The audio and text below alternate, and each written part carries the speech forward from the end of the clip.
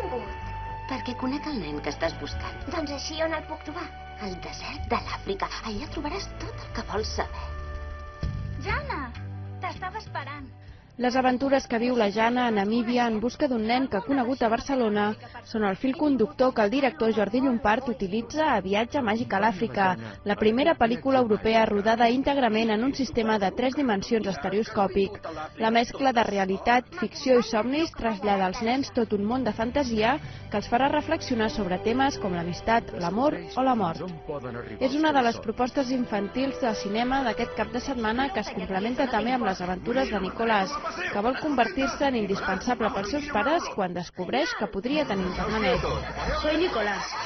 Me encanta mi vida y no quiero que cambie. Laurent Tirat ha adaptat a la pantalla el petit Nicolás, el personatge literari popularitzat per René Goscinny i Jean-Jacques Sempé.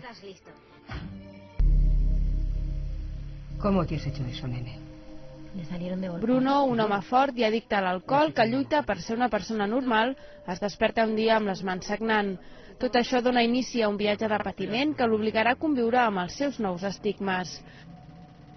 Estigmes és una adaptació del còmic de Matoti Piersanti protagonitzada per Manolo Martínez i la catalana Marieta Orozco. Una de les estrenes més esperades, però, arriba de la mà de Julio Medem a Habitación en Roma, un film lluny dels paisatges bucòlics característics del director basc, que ha estat rodat només en una estança i amb només 2 personatges encarnats per les actrius Elena Naya i Natasha Yarovenko.